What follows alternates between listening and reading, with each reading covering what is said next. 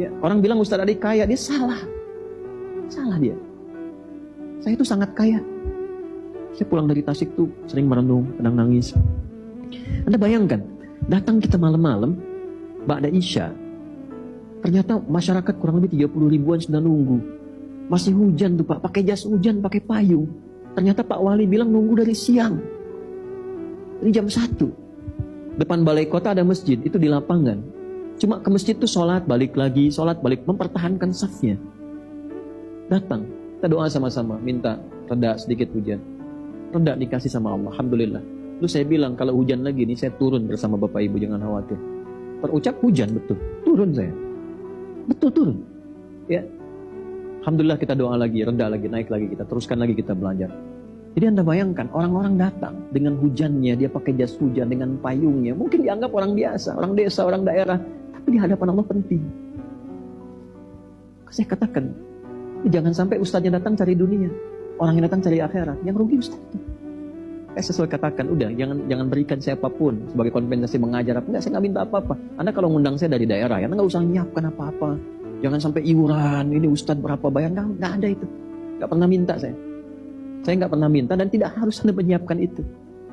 Datang ya saya datang, saya minta, saya punya Allah. Ya, orang bilang Ustaz Adi kaya, dia salah. Salah dia. Saya itu sangat kaya. Sangat kaya. Karena saya punya Allah. Anda terserah Anda punya perusahaan berapa, terserah, saya punya Allah. Saya minta Allah kasih kok. Saya minta Allah kasih. Saya minta Allah kasih Pak, Bu. Nggak ada peci, Allah kasih kirimkan. Ini jas juga Allah kasih. Baju Allah kasih. Sampai kaos kaki, sampai kendaraan dikasih. Terus mau minta. Apa nggak malu? Untuk apa? Kita bikin kontrak sama Allah. Allah sudah kasih. Terus minta manusia. Anda merendahkan diri Anda di hadapan Allah. Nah Anda jangan mempersulit saya. Ya udah nggak usah. Kalau Anda dari daerah-daerah, nggak usah iuran-iuran begitu. Untuk apa? Anda dari instansi pemerintahan, kasih masyarakatnya. Nggak usah kasih saya. Untuk apa? Saya udah ada kontrak dengan Allah, sudah saya sampaikan. Allah sudah kasih, masa kita minta manusia? Ya kan? Ya itu gambarannya. Jadi jangan berikan kompensasi dari mengajar. Anda mau kasih hadiah yang saya mungkin pakai, alhamdulillah. Saya nggak pakai, saya terima, saya kasih orang. Ya, itu poinnya. Tapi agama sudah, ngajar sudah. Jadi mohon ya, saya itu kalau nggak sempat datang, bukan karena nggak pilih-pilih tempat, bukan. Karena jadwal disusun. Sehari masuk 300 permintaan. Setahun 365, kita kan mesti atur. Saya di rumah dengan keluarga cuma 2 jam, 22 jamnya di luar dengan Anda. Istri, anak-anak begitu mengerti, walaupun sampai rumah masih ada yang ngetok juga. Ya kan? Jadi saya nggak minta apa-apa, alhamdulillah. Dan Allah sudah cukupkan. Hidup sudah, tempat ada, wakaf ya. Tidur di karpet sama, apa Anda kira saya tidur di kasur empuk? Kadang saya tidur di kursi, kadang tidur di karpet. Anda kalau bertamu ke kantor itu tempat yang Anda injak. Terus sekarang saya tiduri. Gitu. Sekarang mungkin nggak datang lagi. Jadi nggak penting semua itu. Kenali Allah. Kalau sudah punya Allah itu sudah nggak ada keluhan buat manusia. Kenapa mesti mengeluh? Cuma disuruh hidup kok. Mikirnya kejauhan. Allah itu suruh kita mengerjakan yang sekarang. Silahkan rencanakan yang esok. Anda yang belum ada udah dipikirin. Capek. Kalau proyek ini jadi, dapat kita 100 miliar. Proyeknya belum dimulai udah dipikirin 100 miliarnya. Itu yang sering bikin pusing tuh itu. Udah aja kerjain yang sekarang, rencanakan yang ke depan. Faiza faraghta, sabda itu tawakal.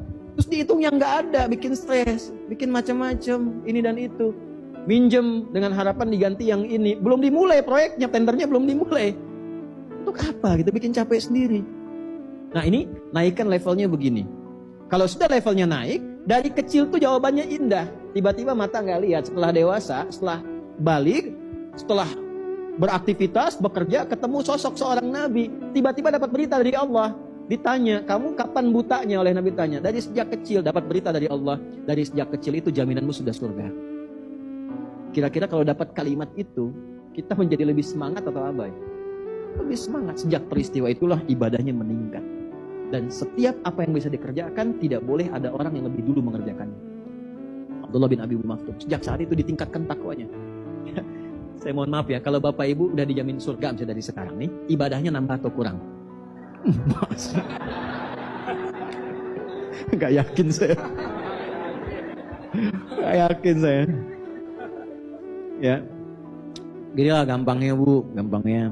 Nanti ada pengajian Ustaz Adi bulan depan di masjid ini Anur Tanah Kusir. Setiap yang datang dapat 1 juta. Ini contoh ya. Contoh apa sih? Kan saya bilang di awal contoh. Contoh bukan ngasih informasi. Jamaah yang lihat nih dari mana. Ini contoh lah, awas. Tiba-tiba terbang dari Papua sini kan takut itu. Nggak mau ngaji silahkan. Contoh dapat 1 juta. Tapi kalau Anda nge-share aja, nggak datang misalnya kan, Anda dapat jaminan 5 juta. Saya tanya kepada Anda masih mau datang atau coba nge-share aja?